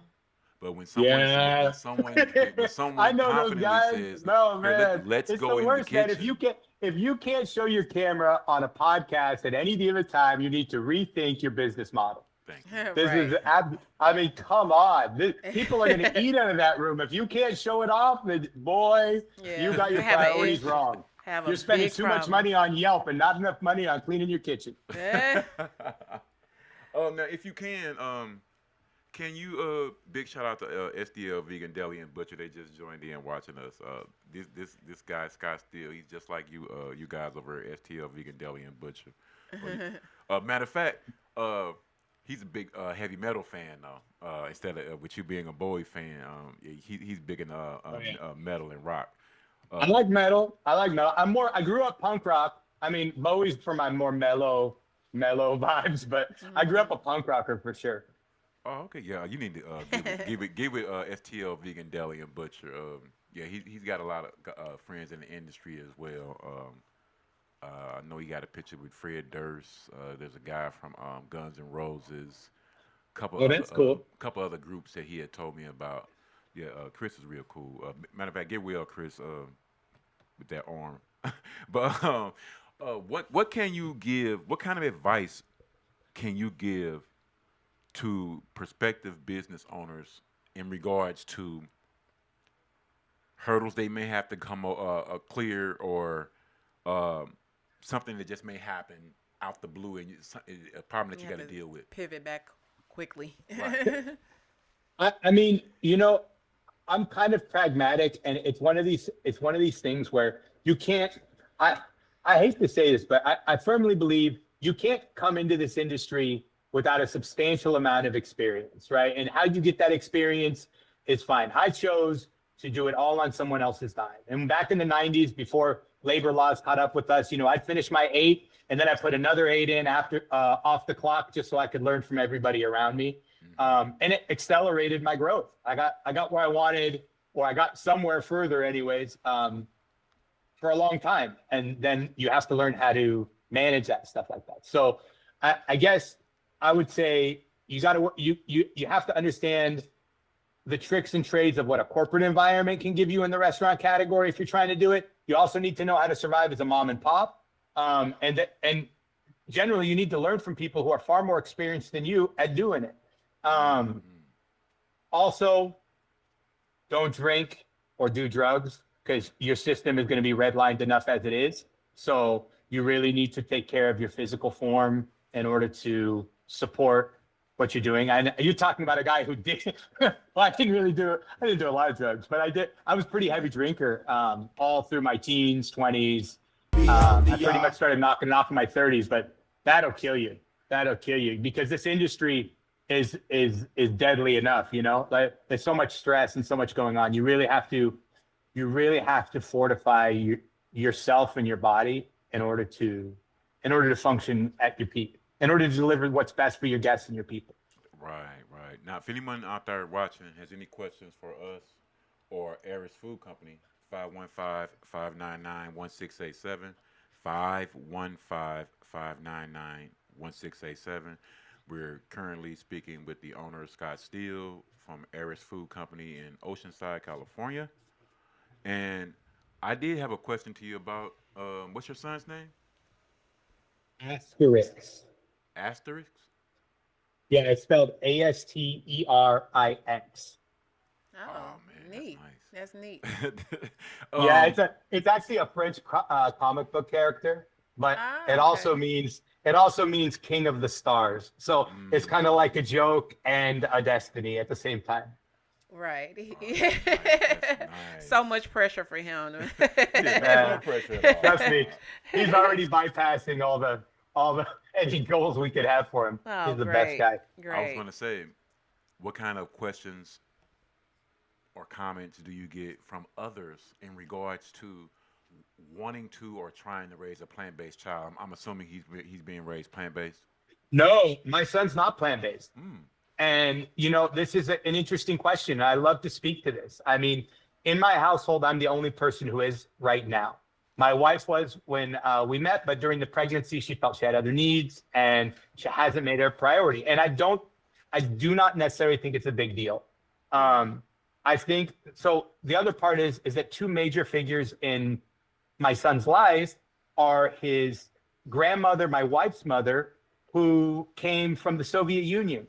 And then my dad, who was born in post-World War II Europe. And basically, for these people, they lived or were conditioned by realities where meat scarcity became an existential dread. And for them, it's still not something that they can deal with, that a human being would eat a meal that doesn't have part of an animal in it. And because they're caregivers for my son, I realized very early on that if I tried to push this, first off, that they would just subvert it, and you can only hold humans to a certain level. And it would probably create a backlash in him also. And also speaking to that, because this is very important to me, I don't think any hard philosophy, this is only my opinion. This is not a reflection of something I think anybody else's opinion should be. All we can be responsible for is our own opinions. I want to be careful when I say this, is that I think that when you imprint certain things on a child before their brain is formed enough to hold it as a logical thing, then you sometimes do disservice to a child. Just like my parents never put me in a church as a child. And that gave me freedom to decide later what I wanted to believe, which I will keep to myself.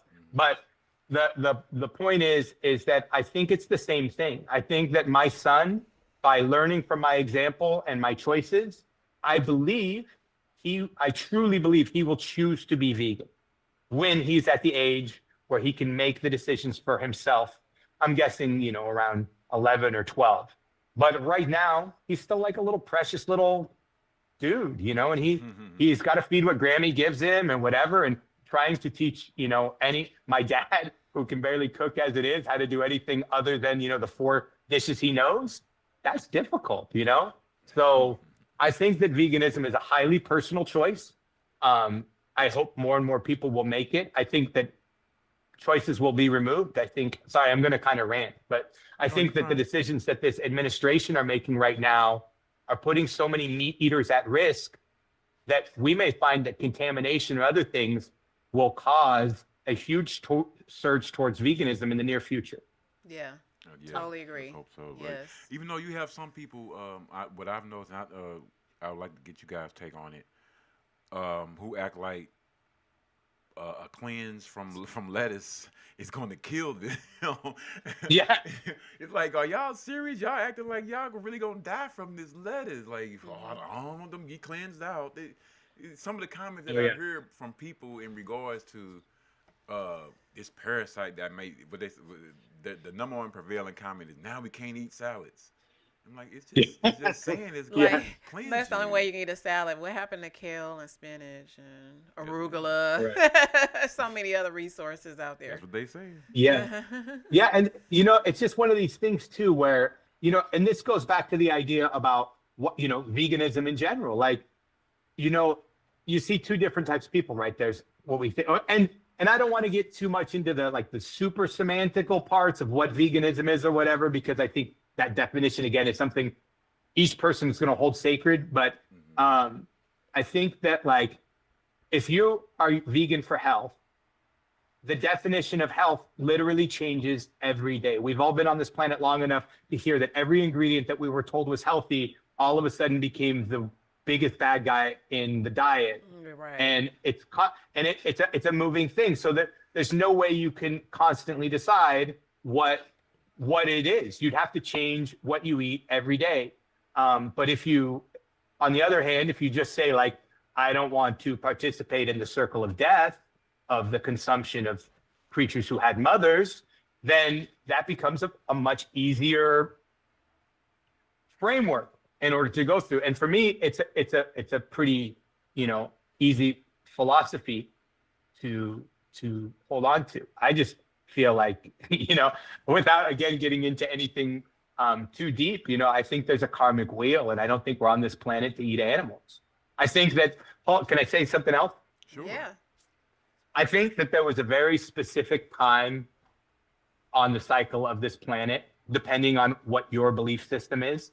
But if we look at belief from the point of when we were a bunch of primates who had distended guts to hold all the plant life that we were consuming just to get enough calories to stay alive, and we look at a very specific time where a mutation occurred, where our brains started to grow, and we needed a very dense caloric source to change and become something different. In other words, an evolutionary step. I think this was probably the only time where, as a species, meat actually served us, right? And we probably wouldn't have changed if we didn't have that kind of dense caloric output. We didn't know how to cook. We didn't know how to manufacture anything else. And now, as a planet, we can get dense calories from a bag of Oreos. We can get protein from plants. We definitely do not need to consume it. There's 0 point in it. And we can get 99.9% of the flavors. 5 years from now, vegan meat will be even better, right? Exponentially better. Vegan cheeses will be exponentially better. There's literally 0 point in killing an animal to it's just like, okay, well, we always did that. Well, my grandma did that. Okay, good. But, and you're not going to force anybody. There's going to have to be some kind of cataclysmic event in the broader picture that's going to necessitate that. Oh my God, I can't say that word right now. Necessitate. But you know what I mean. Yeah, there you go. Thank you. Thanks for saying it for me. It could be worse. It could be a lot worse. No, but I thank you for that take though. That was really great for real. It really was. I know you stated before that you had another business before, another restaurant before. What's your take on a food truck versus a brick and mortar? Well, I like the concept. I like the concept of a food truck. I like the concept of a food truck, and I'm never going to knock it. I can't say it's for me because part of what I love is holding space for others. And that means that I have an address that you can come every day of the week and hang out. And, it's not just going to be about getting a meal. We're going to, talk about life. We're going to be a little bit like Cheers because that's the vibe, where we're going to, without the booze. But it's more than just that. And it's a space. A food truck is going to be on one street today, a different street tomorrow. And there's nothing wrong with that. I think wherever you're bringing food to people is great. Now, what I don't love is the elevated food truck concept where they've taken a very normal type of thing. Like when I was a kid, my dad had a company that had a factory, and a food truck would pull up there and feed all the workers. And it was like $4 for a croissant sandwich, or probably less. It was like $2.50 for a big old meal that would feed somebody. Yeah. And now, if a food truck is charging you an insane amount of money to have a food truck experience because it's gotten all bougie, then I'm not a huge fan of that. Yeah, I understand what you're saying. But in not to play devil's advocate, but the food trucks that you're talking about, those were different though. Those the ones that serve like the plants and things, where the guys come up and they got hamburgers, they got hot dogs, they got sausages. I know what you're saying, though. I know what you're saying. It needs to be a little more closer to that than the food truck being closer to a restaurant. A food truck is a great vehicle to bring food to the working class, to a construction site, to a thing like that. When it becomes some kind of high-profile event, I think it's something different. It still exists. It has every right to exist. But when I think of a food truck that I like, it's the one that's there to get food to people who don't have access to it otherwise. Not to create some kind of showcase event. But I'm probably knocking somebody who has a great business model and is a great person by saying that. But unfortunately, sometimes get a little opinionated. I don't know. It's kind of weird. It's your personal opinion. You have every right to That's right. it. I'm just one guy with one opinion, and it doesn't mean anything. It'll probably change tomorrow.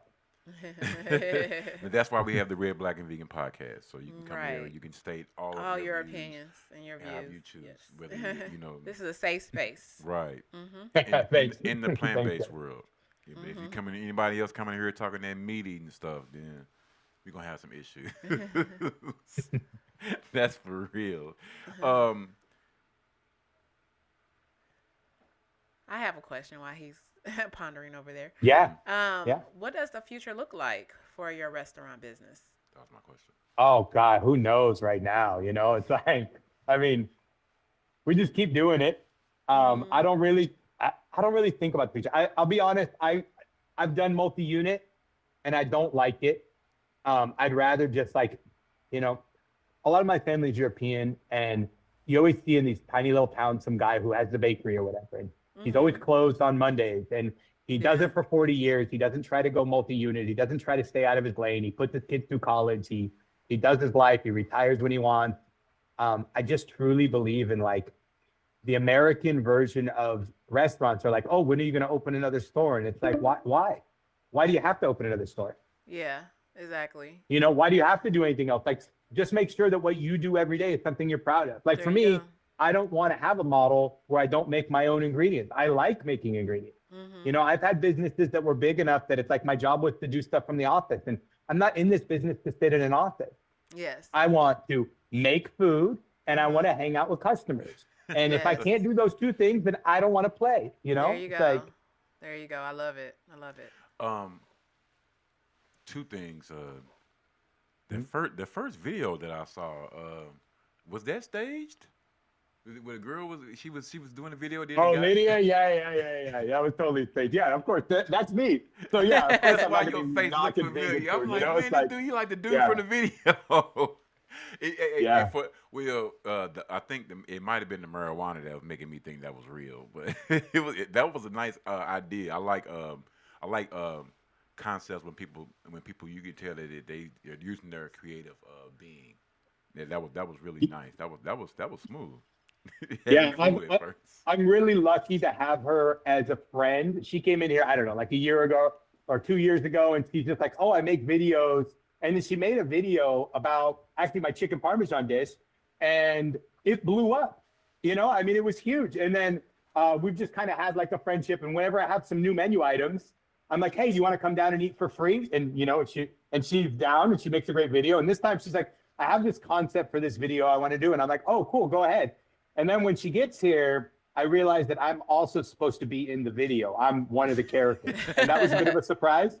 But I don't know. Hey, I trust tried me, my best. And that was she did a cool. great job. And I don't know. It was a funny video. Yeah. It That was was cool. It caught me because, like I said, I was thinking that was real. I'm like, man, some dude really did catch her while she was doing a video. This is perfect. Then I'm like, the burrito looked good, but then the dialogue did let me know. Then like, wait a minute, hold up, I don't know about this. The writing on this. Yeah. But the Yeah, that was concept, all it improv. that I didn't even know what to do. So I don't know. I just said, that was just funny. said what I could. And That was good. That really was. He's like, dude, that vegan meat, that's trash. This is trash. Where you getting your protein from? That was cool though. That really was. I well, like that. the part that's funny about that is that she's famous in certain circles because she's a vegan bodybuilder. So Right. it was kind of a joke because most of her content is her lifting weights, right? And so I don't know, but also it was a very stressful day for us. We were very busy, and I had to do this at like 4 o'clock in the afternoon after one guy was like an hour late, and so I was just doing my best. Oh, we need to get her on the show too. By the way, let her know that she's on the clock. We're gonna. Have Oh her. yeah, I doubt she is, but I'll tell her that she should be on the show. I'm sure she'd love to do it. Yeah, we gotta have her. I don't know where. I think she travels or something. I don't know, but I will send her a message and let her know. Definitely, we got to get her on. We got to get her on. That was really smooth. That's been sticking out in my head for the last few days. But, yeah, we want to really thank you for coming by today, man. It was a great time. It was great. This was a lot of fun. This was a lot. Yeah, of it was fun. cool. I was don't cool. know about those other people you told me about. they got to be crazy, man, because this was a great conversation. Um, the the whole restaurant, the artwork, we're really big on art and people when they design their spaces and um, I like your space. look. I like all the stuff you guys got on the wall right there. That was cool. Just when you can tell that somebody really has put thought into making this space mine. I want this to represent me, what my thoughts are, what my feelings are. Well, I'll tell you this, I'll tell you a funny story, and it goes to speaks to what you just said.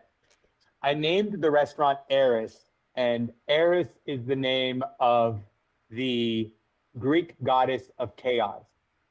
And one of the many reasons why I did that was because I used to have a restaurant called Eve, and it had a very, Mother Earth, natural vibe. Right. And when I get a new idea or I try something new, my customer base would tell me, oh, you can't do that. That's not what Eve is about.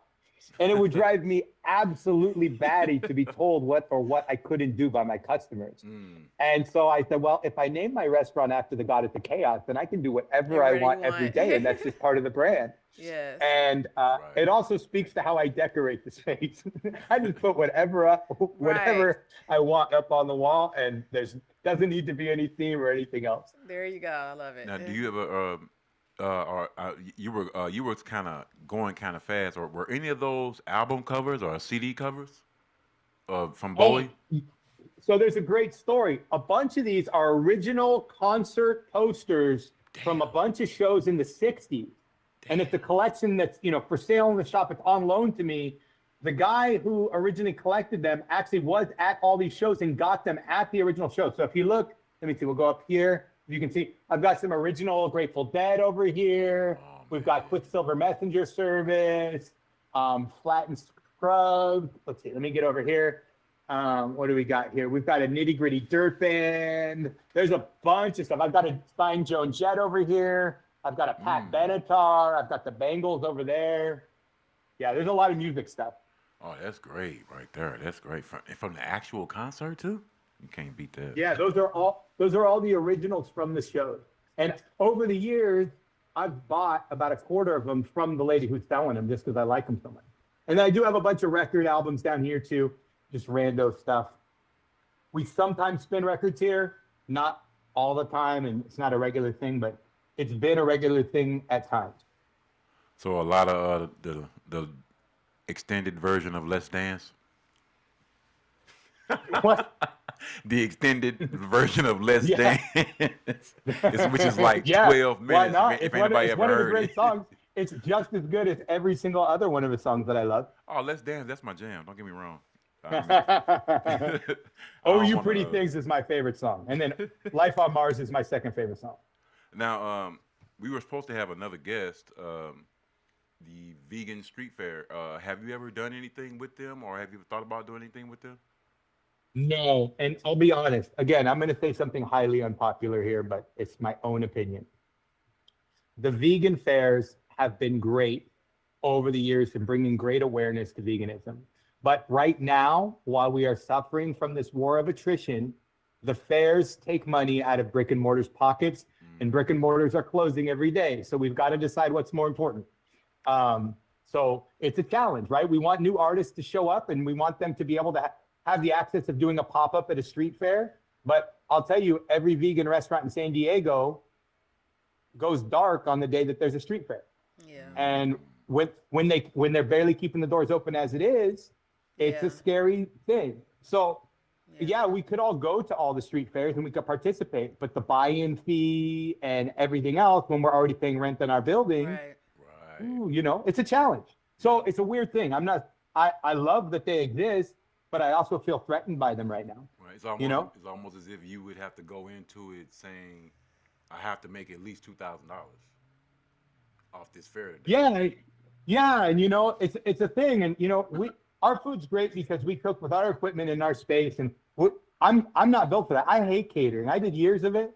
I hate cooking in someone else's kitchen or doing things off-site. I'm just not wired for it. Again, it's like that person home vibe where my kitchen's where the love is built, and that's where I can set it's all designed for that. But if I have to do it in a weird space, then I'm kind of like a scared little baby. And if I have that fear, then I don't have enough love. Does that make sense? Yes, That totally. makes complete sense. And I love your perspective on it. That's great. Yeah, it's just I don't know. I mean, I'm a bit of a eye-opening. weirdo about it, and like we say, one guy one opinion, right? Oh no, you're not a weirdo. Trust No, me. that's eye opening. We've never heard that type of response. So it does get you to Okay. think of, look at it from a different perspective for sure. Right. Yeah. Yeah, I was gonna say, what kind of things do you think would you wish would be different in the San Diego / Oceanside vegan community? I wouldn't change a thing. I love it because this is the home of like the most passionate vegans. We have so many animal activists here. We have so many PETA people, and they do those crazy, like I know people that are breaking into the beagles farms and like releasing the beagles, or they're storming things and like, I don't know, dressing up in suits and pretending they're guests and then, making these big claims. And we have people doing activism every day at the beaches. And, the PETA people, they do their crazy stuff. And there's just so many different types of vegans here. I love it. I don't know if you find this many people with this many kind of different reasons for having a united goal.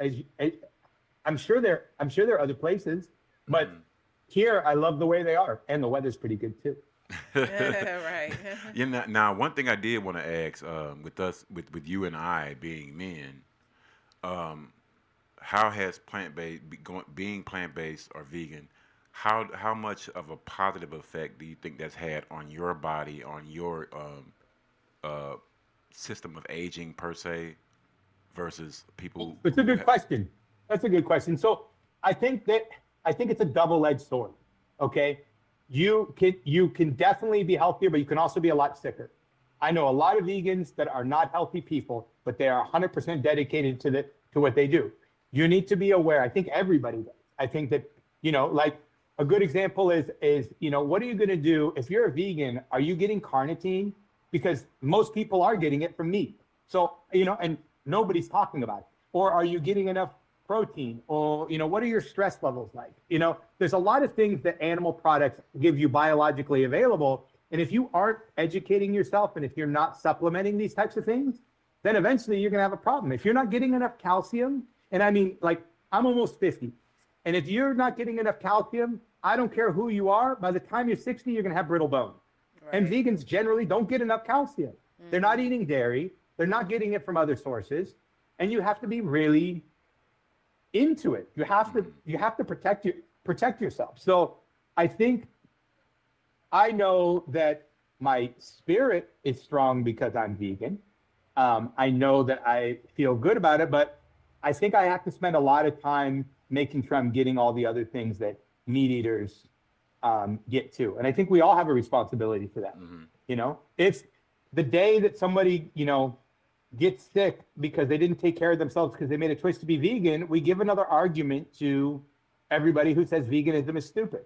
Right? And our whole job is to take away those arguments. In my opinion, that's my whole job. That's why when people say that vegan restaurants are too expensive, the food is bland, and you have to buy 2 entrees to get through, all I focus is trying to give people fair prices, gigantic portions, and big flavors. Because those are the 3 things I heard from everybody who wanted to knock down veganism. But if you take away the argument, then guess what? You take away one more mental block from somebody who says that veganism is wrong. That's correct, because some of these people, they can have...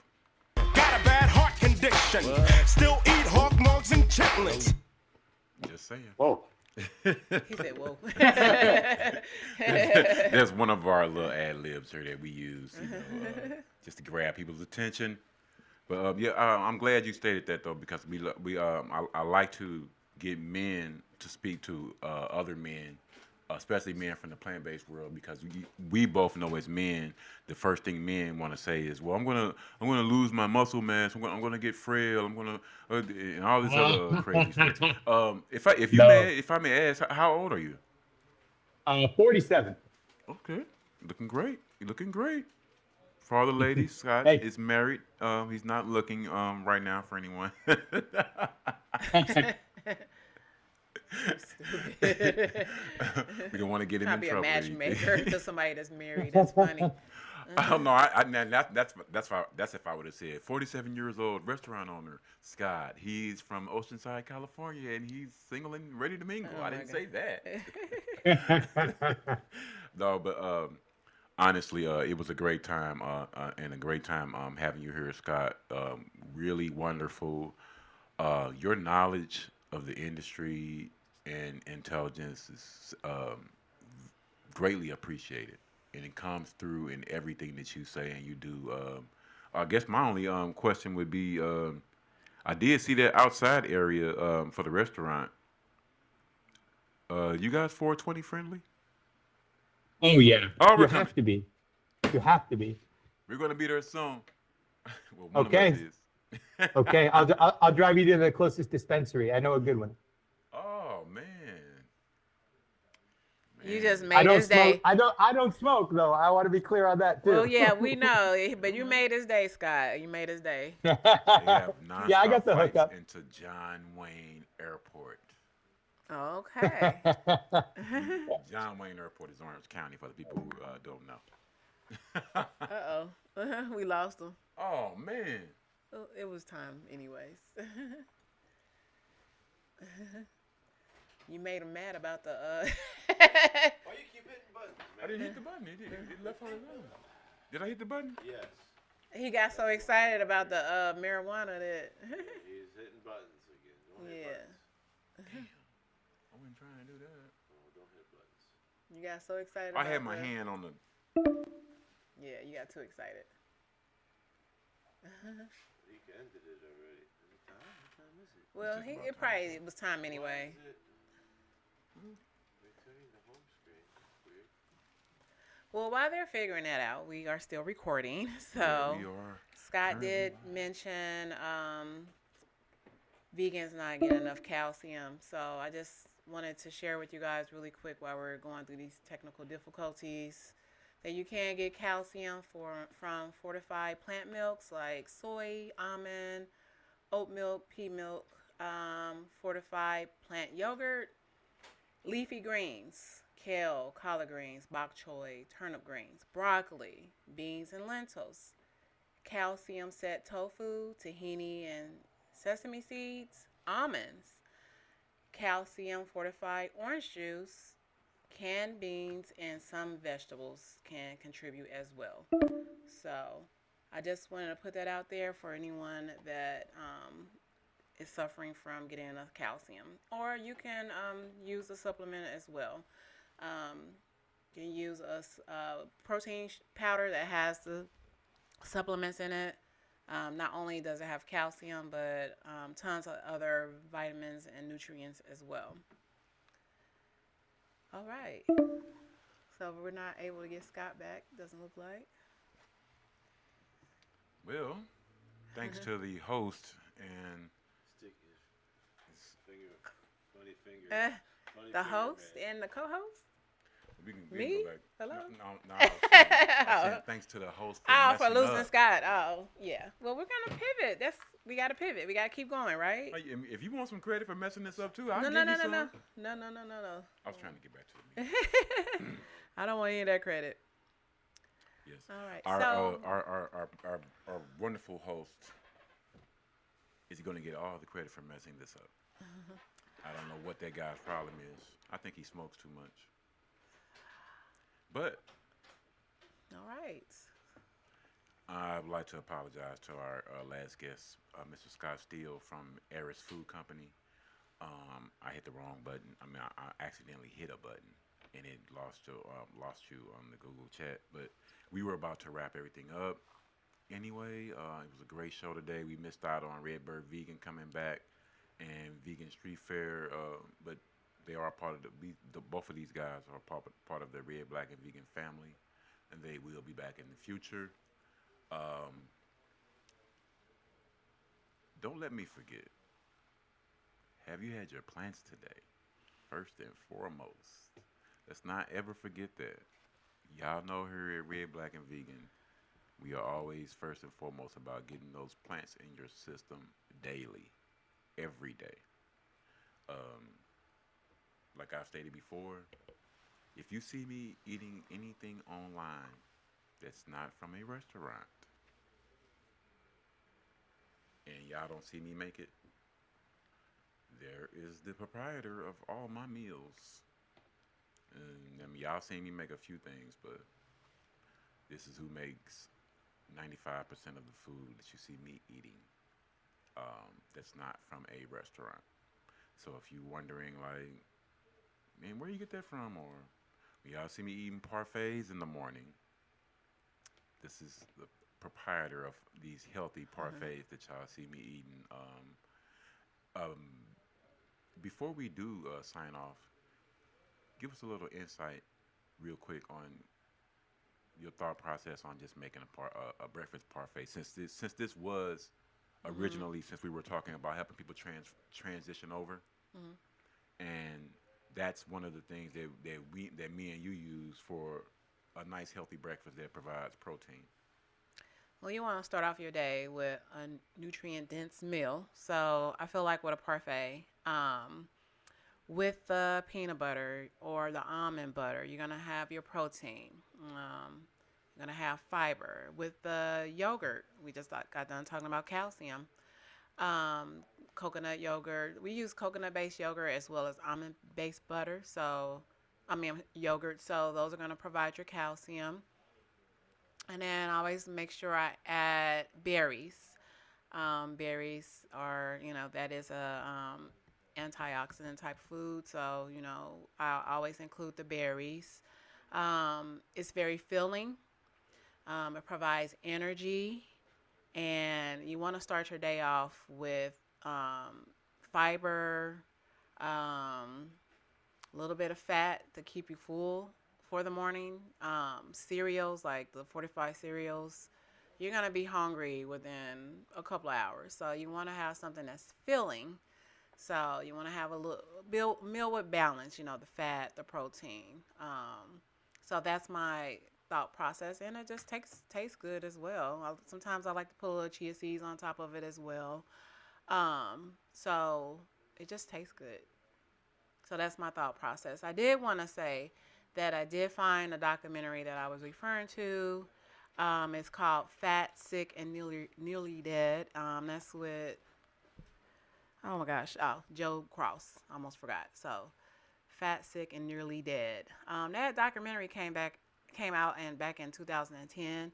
He actually has a sequel to it as well. And he did juice for 60 days. And he was suffering from an autoimmune disease. That's what triggered him to do this 60-day juicing. And I believe he overcame it. It's been a while since I watched it. But it is available on YouTube. So you guys should check it out. Alrighty. With that being said, y'all know we are all about health and wellness here. But we record every 2 weeks. And yeah. You've seen so much. Wow, we got another one. You've been through so it all. much in the plant-based world. When the vibration and the frequency was so different Kansas City, from forever Indianapolis, that we stood on. You know what I mean? 30 years, though or die for me was rather be dead if I can't live how I want to live. Now I want to live, cause so many of my loved ones died.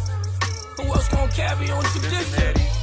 Columbus, Hold up, man. I'm here, baby. been all around. Cuban link built, sleep on satin silk quilts. Spinning through them blocks with me and $500,000 chill. Had fist brawls before Phil got killed. Living piss poor, learn to deal with that filth. Lips got sealed, old wounds got healed. Room to get money, got tune and I built. Left my mark to success, I start. Then that rap game came, I perfected my art. Impressive with the smart, so I bet he had the heart. Deadly with them darts, moving steady on the charts. Red bottom sharks, give credit to the knocks. Since I found my lane, pulled up and I parked. Beat my style, got an ego, how? Wiggled out the way, I don't need no trial. I don't want no beef, only here so I can eat. I guess them streets kept a nigga on his feet. But you looking for Always us walk light, in the city of St. Louis, but hit hard.